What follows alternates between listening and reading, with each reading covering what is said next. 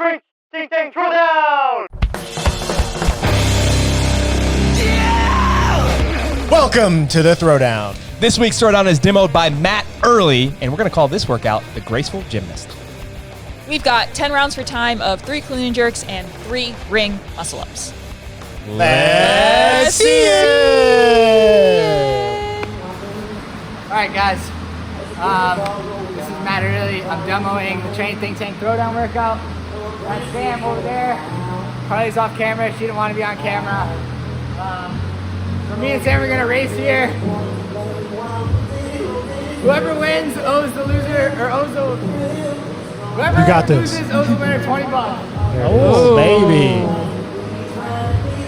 I think his buddy's name was Dan or Damp for Big Sam. D. Yeah, He turned away when he said his name, so. Could be Dan, could be Sam. We'll He call him could've just Big said, "My D, buddy Big man." S. Yeah, my buddy. Before we get started, one of my favorite genres is CrossFit mural art. That Right, actually just in is really general? cool. It's yeah. right I- up there I with my really second like it. favorite genre, which is white people wedding photos where they're like by a train track or a graffiti wall. Doesn't Travis have one of those? He Yeah, just for sure. posted? Travis. It's brutal. All right, now we can begin. Done with clean and jerks. So basically, this workout is Grace and 30 muscle-ups for time, 2 benchmarks jammed together. Is this an actual test? Or no, it was clean and jerk burpees, the 10-rounder. Yeah, they did that. And then we've seen the standard, which was clean and jerk snatches and ring muscle ups. Yep. So these workouts or these combos have been tested quite a few times in the CrossFit space. Is there any reason to do touch and go on the clean and jerks, even at a high level? Let's say this was a games workout. Would you tell an athlete to go unbroken, Max?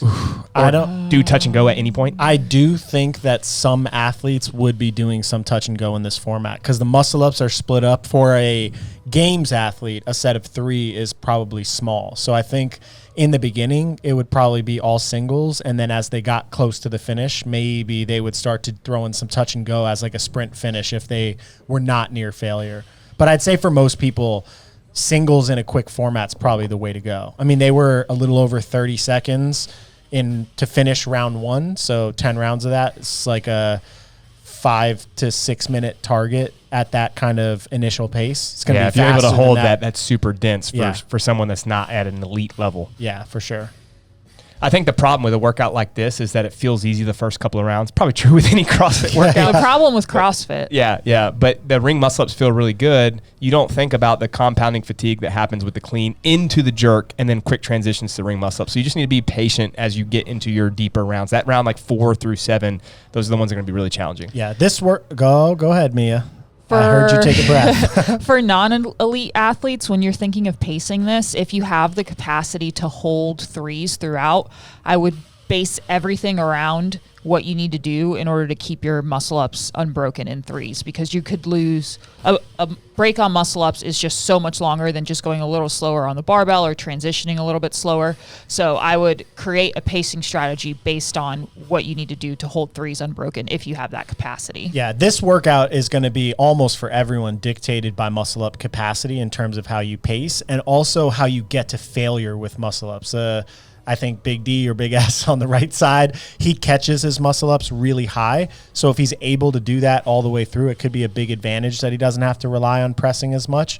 But it also could be a bigger disadvantage if he redlines and then can't pull himself up that high. He might be like failing turnovers. So it'll be interesting in that to watch for this one. But when you're planning, make sure you're just paying attention to that your muscle ups and your capacity there will dictate the speed of the bar, the speed of the transitions. And if you can't do it under the time cap, then it's going to dictate basically like how you break everything up if you need to. Yeah, I really like Mia's point to spread out the barbell as needed so that you can go a little bit faster, or at least feel fresh-ish going into the muscle-ups each round. There's no point in rushing the clean and jerks only to stand there and stare at the rings. Like, just spread it out. Do 1 rep, rest 10 seconds, do another rep, rest a little bit longer, do another rep, and then get over to the rings. So Matt is about to finish his 5th round once he finishes this set of muscle-ups.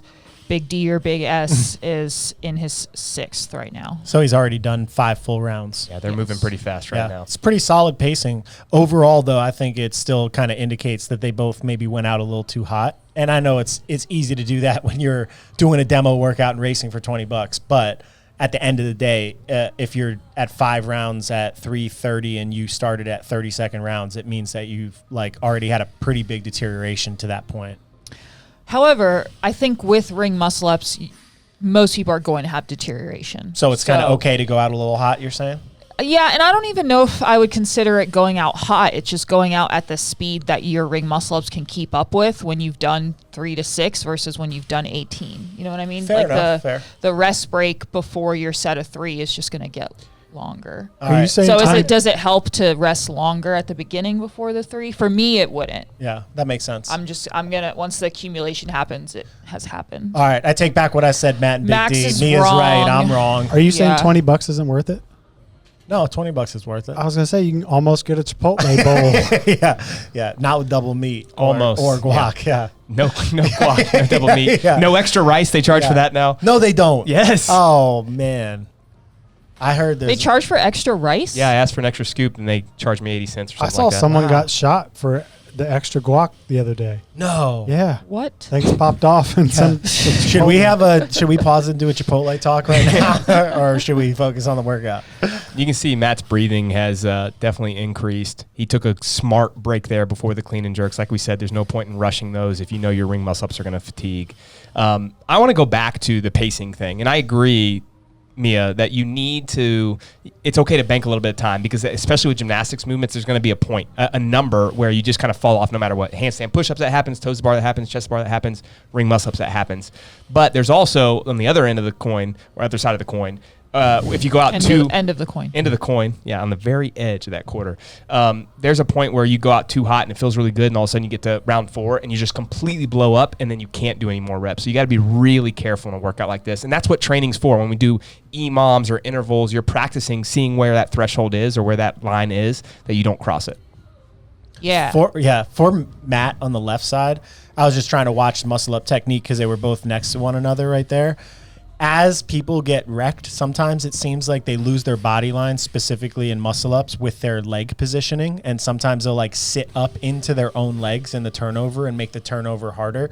So I know this is easier said than done, but if you can refine your technique of your muscle ups and try to keep that when you're turning over, when you're super tired, it can really make things easier. Like you're grinding reps a little bit less, so when you're tired, you're able to just turn them over a little bit faster. Oh, The drop off. That was not a drop. He just finished. Solid work.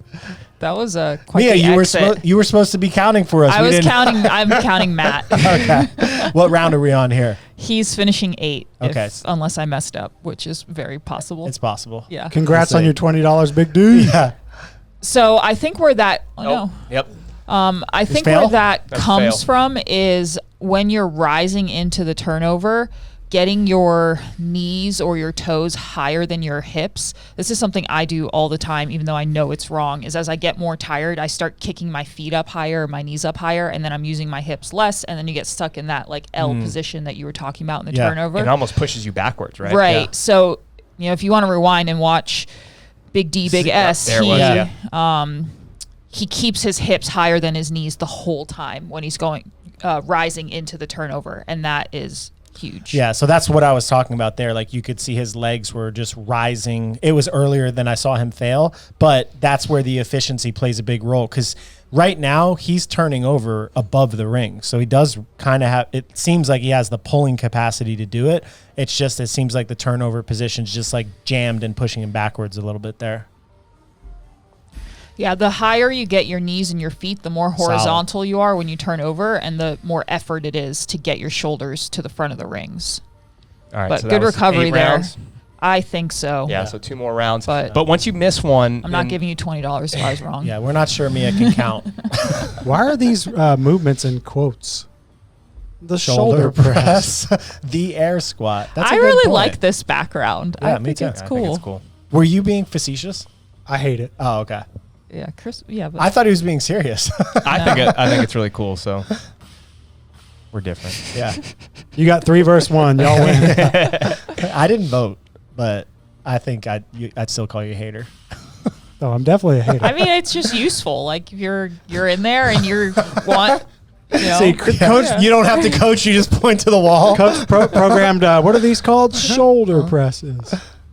All right, so he's got 6 muscle-ups left and 3 clean and jerks. Yeah. Well, this is what I was talking about earlier, that muscle-ups dictate your pacing.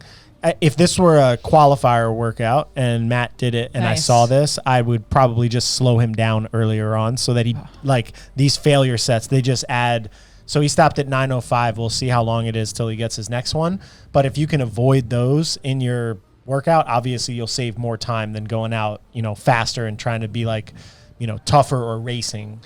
Another thing, if I was there coaching him through this workout, I would have told him to stop after 2 on that set, because you could already see the second one was a little bit harder to turn over. His feet were above his hips. So I would have said, hey, stop at 2, take a shorter break, and then do your 1, as opposed to taking a 30-second break there because he failed a rep. Yeah, I think, like, looking back at the last round where he had some failures, it's probably a little overreaching to try to go for 3 once you've already failed a rep.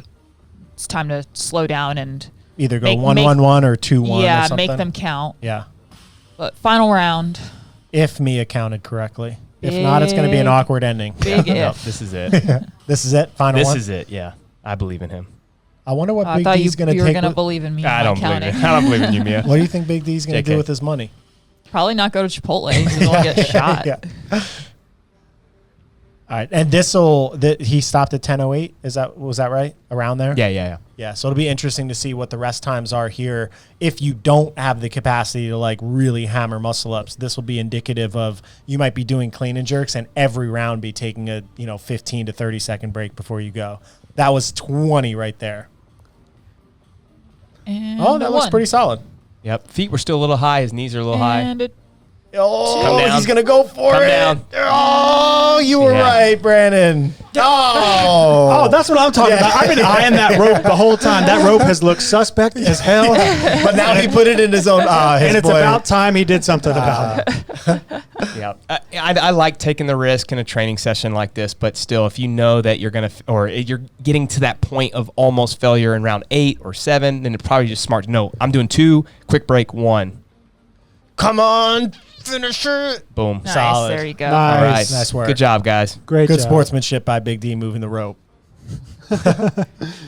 He's a gracious winner. Let's Here see we what go. he says. I think he just dropped the F-bomb and walked away. Is that what he said? Hold on.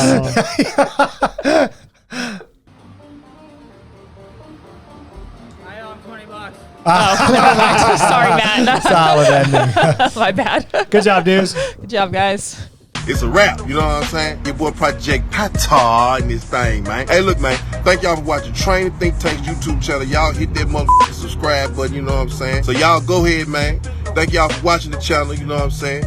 Hit that motherfucking subscribe button, let it be known, what it be known, what it be known, you know what I'm saying? Pata.